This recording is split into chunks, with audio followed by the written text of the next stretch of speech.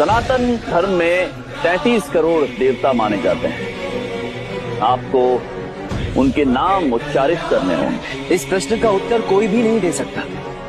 यहाँ तक कि किसी भी वेद या उपनिषद में इस प्रश्न का उत्तर हम ढूंढ ही नहीं सकते। प्रश्न ही गलत है। यदि आप मुझसे 33 करोड़ देवी देवताओं के नाम पूछ रहे हैं तो इस प्रश्न का उत्तर देने में मैं असमर्थ हूँ।